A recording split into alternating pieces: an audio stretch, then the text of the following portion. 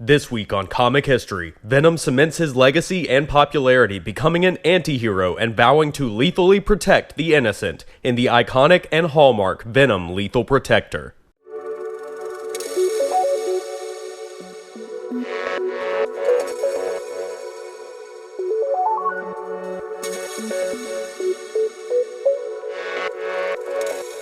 What's up guys, Roman from RNS Entertainment here, and welcome to episode 90 of Comic History, the weekly series where I retell, explain, and give context to iconic comic book storylines, origins, and events. The first episode of Comic History I ever did on this channel was my Origin of Venom video, covering the historical context and origin story of my favorite Marvel character, Venom. 89 episodes later, and Comic History has become the largest running video series on my channel, and has garnered such an incredible response from fans that I wanted to celebrate 90 episodes with what is possibly the most important Venom comic of all time. A book that many fans consider to be the gold standard for Venom stories, the definitive look and personality of the character, and the comic they think of first when Eddie Brock Venom is mentioned. From the introduction of the black costume in Amazing Spider-Man 252, which was shortly thereafter given an origin in Secret Wars number 8, to the origin of Venom when disgraced reporter Eddie Brock joins with the Venom symbiote, to the many battles and attempts on Spider-Man's life in subsequent Spider-Man stories,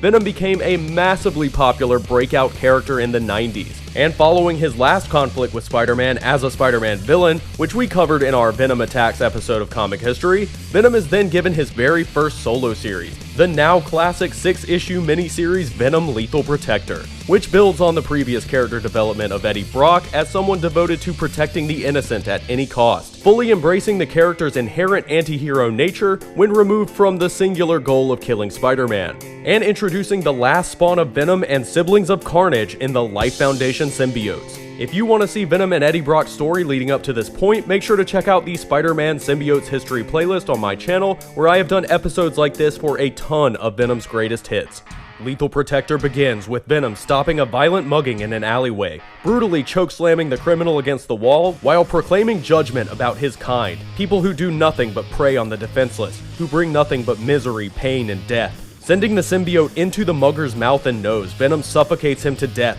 saying that now he'll do nothing but rot and decay, and noticing the traumatized victim, Venom stops and smiles a monstrous smile at her, introducing himself and patting her on the head as he returns her purse, swinging away content in the satisfaction of protecting the innocent. Swinging through the city, Venom ruminates on a time when Eddie Brock considered himself an innocent, before the downfall of his career at the hands of Spider-Man, before he joined with the symbiote and became Venom, and before he eventually realized that Spider-Man also wants to protect the innocent, making a truce with his most hated enemy and leaving New York to relocate to San Francisco, California, where Eddie Brock had grown up. After reforming the symbiote into civilian clothes, Eddie, sporting a mullet because it was the 90s and everyone in comics had to have a mullet, is followed by police officers who recognize him as a wanted murderer. The police confront him in a hotel lobby when Eddie attempts to rent a room, and though Eddie doesn't want to hurt the officers, as he respects the jobs they do, he uses the symbiote's webbing to incapacitate them both and make an escape. Several hours later in New York City, Peter Parker picks up his paycheck from selling photos to the Daily Bugle, and hears from Ben Urich that Venom had been sighted in San Francisco, and had been involved in a public run-in with the police. Thinking back on his time wearing the symbiote and the origin of Venom and subsequent battles leading to their truce in Venom Attacks, Peter still feels the weight of responsibility for bringing the symbiote to Earth, and for letting Venom go free. Deciding that he couldn't live with himself if he didn't try again to capture Venom, Spider-Man decides to break their agreement and go to California to take Brock down. The next day in California, Eddie walks through a park conversing with the symbiote, with both of them feeling lost without a home or purpose. The symbiote suggests to Eddie that they contact his father, but Eddie says they would die before he'd ask him for help. Eddie then comes across a group of homeless people being brutally beaten by armed men, and covering himself with the symbiote, he leaps in as Venom to protect them. At this point, Spider-Man, who had been searching the area for Eddie, sees Venom attacking what he assumes to be law enforcement or FBI agents of some kind, attacking Venom from behind and saying that he knew Eddie would go back to his old ways, that he never should have believed that he wanted to protect innocent people. Spider-Man throws another punch and Venom grabs his hand, stopping the attack cold but not doing anything to hurt Spider-Man, gripping him by the costume and saying that he shouldn't be here, but that they discuss Peter's betrayal of their agreement later. As Spider-Man's spider sense starts blaring, Venom tells him that the men Spider-Man had thought were peace officers were definitely not, and the men open fire on both Venom and Spider-Man. As Venom leaps away to save the homeless people, Spider-Man fights off the armed men, wondering what was going on as he notices that Venom is nowhere to be found.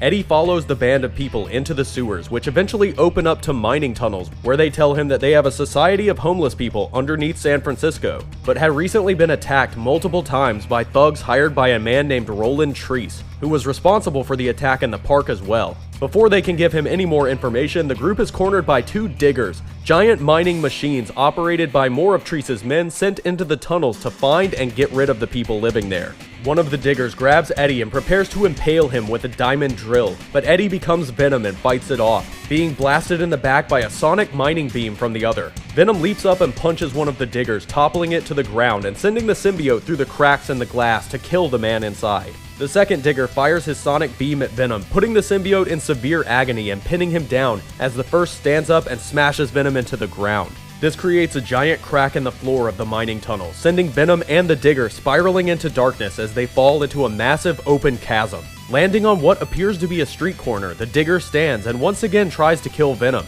who calls him a moron and tells him to look around them, that they didn't just fall through the ground, they fell through time. Venom and the digger look up to see cobblestone streets, people in horse-drawn carriages, and old-fashioned buildings populated by people. As the homeless people Venom had been protecting arrive, they quickly realize they did not fall backwards through time and are in fact in an underground city buried beneath the San Francisco sewers, populated by vagrant people who choose to live away from the surface world. Venom recovers from the fall and rips an arm off of the digger, dodging out of the way as the second machine slams into the ground next to them. The underground city's militia runs in with antique rifles and muskets, and in response a digger murders one of them with its sonic drill. Enraged by the death of an innocent, Venom screams that the man is a murderer, leaping up and smashing the rest of the way through the cockpit window and obliterating the man's entire head with a punch. Landing on the ground, Venom immediately grabs a giant spike of metal and hurls it at the second digger, throwing it straight into the cockpit and impaling the second pilot. As Venom smiles and laughs in satisfaction, one of the women from the group Eddie saved in the park attack vouches for him,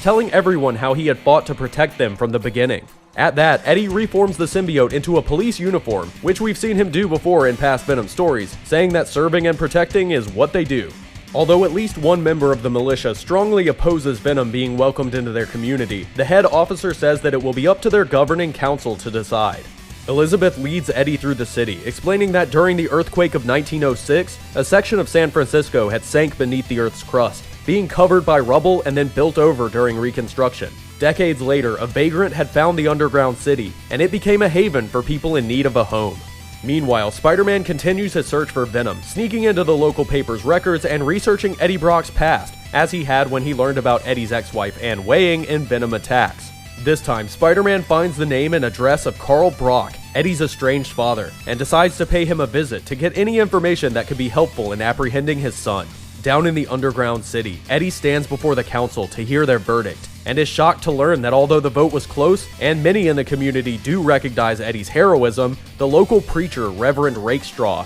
considers Venom a demon from hell, and had instructed everyone in his congregation to vote against him. Disappointed, Eddie agrees to respect the community's wishes and protect their secret, returning to the above ground and thinking to himself that with Roland Treese sending men against them, especially armed with high-tech machines like the diggers, it was only a matter of time until they lost their sanctuary. Deciding that if they get rid of Treese, the community would have to accept them, Eddie suits up as Venom and terrifies random people on the street behind him as he swings away.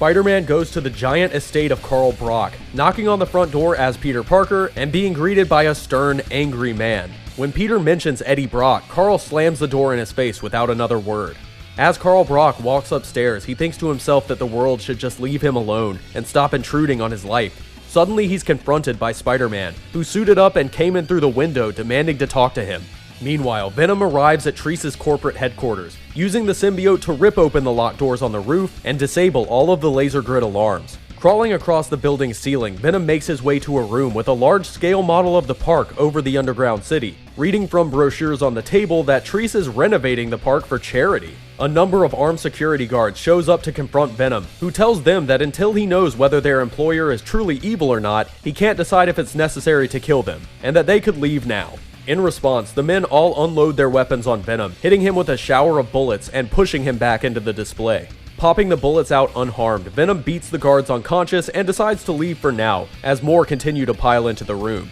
As Venom swings away from Treece's building, he's followed by a high-tech surveillance band, and as he sits on the side of a wall thinking about what to do next, he's suddenly blasted by a coordinated attack of fire and sonics, weakening the symbiote and knocking Eddie to his knees as a man in a suit stands before him, telling him that he is here to teach Venom about responsibility. The man reveals that his name is Orwell Taylor, and that his son Hugh had been the first of the Vault guards Venom had killed in his many breakouts, and so to get revenge, his father had assembled an anti-venom task force called the Jury, armed with an array of sonic and heat weaponry designed specifically to kill Venom. During his explanation, Venom recovers and attacks the Jury, dismantling one of their weapons and smashing another's face before escaping. Back at Brock's mansion, Spider-Man is refused any information from Eddie's father, but is filled in on Eddie Brock's past by the housekeeper who had worked for the Brocks since Eddie was born. She tells him that Eddie's father was never an emotional man until he fell in love with his wife, which was his one source of happiness and the entire reason he was willing to start a family.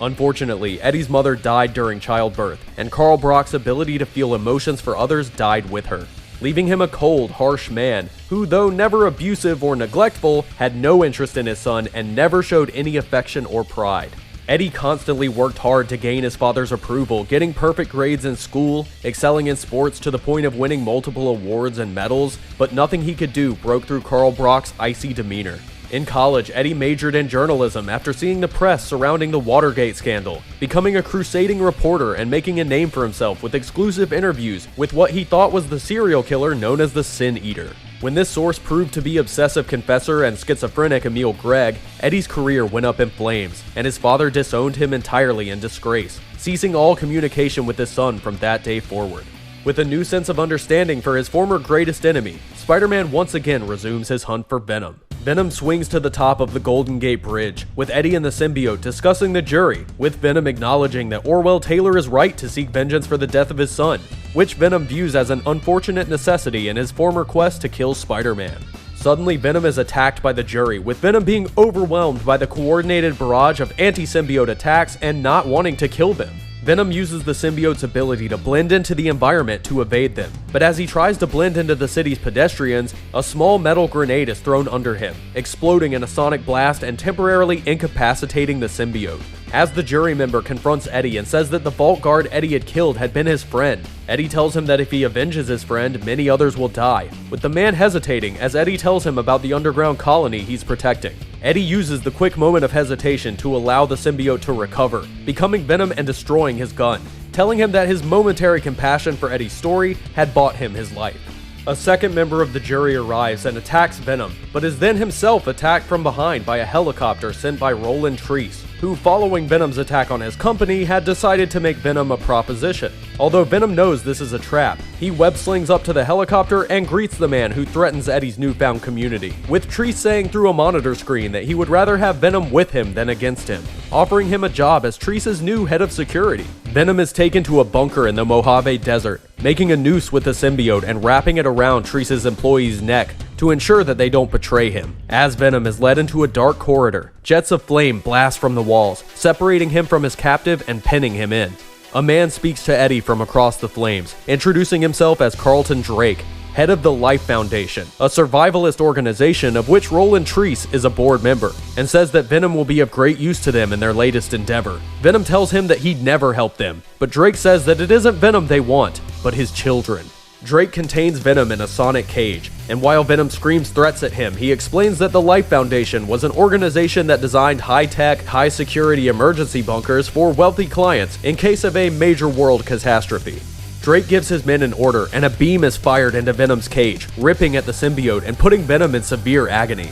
Drake continues, saying that when the Life Foundation had heard of the power possessed by Venom's first spawn, Carnage, they decided that with Venom's remaining children, they would create superpowered security for their facilities by bonding the symbiotes to volunteer hosts. The beam deposits a tiny symbiote into a petri dish held by Blake, who says that this is the fifth and final potential child, the last son of Venom. Back in San Francisco, Spider-Man calls Mary Jane in New York to check in, and when she asks him when he's coming home, he says that he has a new lead on Venom, that lately there have been strange attacks on public places by creatures that match the description of symbiotes, and that from the way they've been appearing and challenging police officers, it seems like the new symbiotes are testing themselves. Spider-Man heads to the last major gathering place that hadn't been hit by the symbiotes, and at the mall is confronted by Scream, the first female symbiote and the most notable of the 5 spawn of Venom removed by the Life Foundation. While this is happening, Venom watches Drake as he places the last spawn of Venom in a device that the Life Foundation had developed to artificially age the newborn symbiotes to maturity. Eddie and the symbiote plan among themselves on how to escape, and suddenly the symbiote pulls back from Eddie's arm as he uses his own Olympic-level strength to crack through the sonic barrier, gripping the throat of a Life Foundation soldier and throwing him into the control panel, shutting down the sonic cage and loosing Venom on the room. Smashing through several Life Foundation soldiers in a rage, Venom is hit in the back with a sonic rifle, disabling him as Drake muses on whether or not to even keep him alive. Meanwhile, Spider-Man faces off with Scream, who along with Venom and Carnage doesn't set off his spider sense, and while the young symbiote has incredible speed and strength, Spider-Man realizes that the woman inside is inexperienced with it, giving Spider-Man the edge he needs to win. Pretending to run from the fight, Spider-Man lures Scream into an ambush, leaping at her from beneath an overpass and knocking her to the ground. Realizing that she may not win this fight, Scream radios the Life Foundation for an evacuation, using her hair to throw an innocent bystander at a nearby window to keep Spider-Man distracted while she escapes. After saving the civilian, Spider-Man hurries to the roof to see a Life Foundation ship escaping, and quickly fires a web line to tether himself to it. Back in the San Francisco headquarters of Roland Treese, one of the underground city dwellers has been captured, tortured, and drugged for information that Treese can use for his plans. In the Mojave Desert, the Life Foundation symbiote hosts land at the facility with Spider-Man in tow, with Spider-Man deciding to deal with them after he finds Venom. Without anywhere to hide within the bunker's corridors, Spider-Man takes the direct approach and begins attacking Foundation guards, demanding to know where Venom is being kept. Blake watches the intruder, telling Venom that he had become more trouble than he's worth, and giving the order for their scientists to activate a removal procedure that violently rips the symbiote from Eddie, who screams as the last tether of their connection is severed. Drake contacts Spider-Man, telling him that if he's here for Venom, then he's too late, that Eddie Brock is dead. Spider-Man refuses to believe him, saying that Eddie isn't that easy to kill, and is quickly proven right when the Life Foundation scientists detect a pulse in Eddie's body, which had gone into shock at the separation from his symbiote. Drake orders that Eddie be taken to the dissection lab, and decides that the final test of the Life Foundation symbiote's capabilities will be to kill Spider-Man. Defeating the last of the guards, Spider-Man is suddenly facing down with 5 new symbiotes: Scream, Riot, Phage, Agony, and Lasher. Back in San Francisco, Treese reveals that there's a fortune in gold somewhere beneath the park, and fearing that the Undercity dwellers will find it before he does, he decides to begin the park renovations and use massive amounts of explosives to get rid of the vagrant city. Meanwhile, the Life Foundation scientists prepare to dissect Eddie, who recovers from the separation and springs up from the table, choking one of the doctors to unconsciousness and then turning to the other, who blasts Eddie again with a sonic rifle. Eddie briefly pretends to be in agony, but then casually slaps the rifle aside and grabs the man by the throat, saying that sonics do hurt his other, but have little effect on him while they're separated. Spider-Man fights the Life Foundation symbiotes, noting that they have incredible abilities but very little experience fighting or using the symbiotes themselves, once again giving Spider-Man the upper hand in battle. Suddenly Eddie appears and yells "Stop!", bringing the battle to a halt and saying that the new symbiotes are still innocent and could be saved, calling them to him, intending to join with all of them and bring down the Life Foundation. Eddie's call is met with a resounding refusal as all 5 symbiotes lash out and hit him in the face at once. Spider-Man creates a web barrier between them and the symbiotes, and Eddie picks up 2 sonic rifles, throwing one to Spider-Man as the symbiotes rip their way into the room. 4 of the Life Foundation symbiotes are incapacitated in the blast, but the 5th leaps up from behind them and attacks again, destroying the sonic rifles as Spider-Man fires webs to slow him down. Spider-Man follows Eddie through the facility, with Eddie telling him that rejoining with his other was the only way to fight these new symbiotes. They make their way to the lab, and Eddie reaches out to the Venom symbiote, smiling as they once again rejoin to become Venom. Phage, the symbiote who had avoided the sonic blast, leaps at Venom and tries to choke him, but Venom tells Spider-Man to activate the sonic cage to contain and not kill him. Not knowing how to use the machine, Spider-Man hits a random button which activates the artificial aging beam the Foundation had used on the symbiotes, dissolving part of the Phage symbiote into dust. Venom says that these new symbiotes have made their choice and are no longer innocent, deciding to widen the beam and destroy all of them once and for all. Spider-Man refuses to let Venom take the risk of killing the humans inside, but while he talks, Venom snakes a tendril of the symbiote behind him and chokes him until he passes out, saying that their deal only forbids Venom from killing Spider-Man, not incapacitating him. The The rest of the Life Foundation symbiotes charge into the room, and Venom uses the machine to fire on all of them at once, aging their symbiotes into dust and leaving the human hosts unconscious on the floor. Spider-Man wakes up and screams at Venom for murdering the symbiotes, and alarms start to sound as Drake begins a self-destruct sequence on the facility. Venom sneaks away from Spider-Man to avoid his inevitable betrayal of their truce, and Spider-Man escapes by clinging to the bottom of a Life Foundation helicopter. Venom hitchhikes his way back to San Francisco and immediately sets out to stop Treese from killing the Undercity population, breaking through all of the defenses and security of his mansion and finding his head of security at the control panels. Venom demands information on Treese, but the security chief fires at Venom and runs behind a steel door to a safe room, which Venom promptly rips through with no effort and continues to follow. The guard activates a laser mesh grid, but Venom sends the symbiote through the gaps to wrap around the man's face, covering his mouth and nose and beginning to suffocate him. The man gives in and drops the grid, telling Venom that right before the Great Earthquake, anti-American groups had smuggled in a large amount of gold bullion to anarchist cells they hoped would destabilize the government. When the earthquake happened, the anarchists and the gold were buried in the rubble, their plan forgotten until Roland Treese obtained documents informing him of the gold's general location. When he tells Venom of the plan to detonate explosives and murder the underground society, Venom knocks the head of security out and races to stop the imminent demolition. Having heard Venom mention the name Roland Treese at the Life Foundation facility, Spider-Man learns of the demolition and attacks Venom on his way into the park, saying that he never should have let Venom go, that he's bloodthirsty and insane, and yelling that they don't have time for this. Venom surrounds Spider-Man with the symbiote and pins him to the ground, saying that if Treese completes the demolition, an entire society of innocent people will be killed. Venom then asks Spider-Man to help him, and shocked that someone who up until recently had devoted their entire life to killing him would ask him for help, Spider-Man decides that he must be telling the truth, as Brock had always cared about innocent lives, and he has the ability to kill Spider-Man but isn't trying to. Venom and Spider-Man confront Treese and his men together, and face off with a crew of the same Digger mechs Venom fought before. Spider-Man uses his web to swing one of the Digger's lasers around and chop a second machine in half, and Venom grabs the diamond drill arm of another and shoves it into its own kneecap. Seeing his machines failing to stop Venom and Spider-Man, Treese yells that Venom has ruined everything, running for the command room with the intent of setting the explosives off in spite, denying Venom his victory by murdering all of the innocents below. Spider-Man yells to Venom that he'll hold off the remaining Diggers so that Venom can stop Treese, but a fuel truck damaged in the battle erupts in flame, surrounding the trailer with one of Venom's two main weaknesses, fire. Trying to ignore the screaming pain, Venom risks his life and fights through the fire, eventually enveloping Treese and ripping him from the trailer. Finishing the last Digger off, Spider-Man walks up to Venom, who he had seen be set on fire to stop Treese from killing innocents. And when he asks how Eddie put himself through all of that, Eddie asks Peter if he would have done any less in his situation. And Spider-Man hesitantly acknowledges Venom's heroism. Still intending to take Venom into custody, Spider-Man turns to see that Venom has disappeared, blending into the populace and returning to San Francisco. Spider-Man then decides to give up his pursuit, calling Mary Jane to tell her that he's coming home, and that Venom seemed more interested in playing the hero than killing him or his loved ones. Later, Venom is approached by members of the underground civilization who had witnessed what he did in stopping the demolition, and the council reconvenes to officially invite Venom to join their society,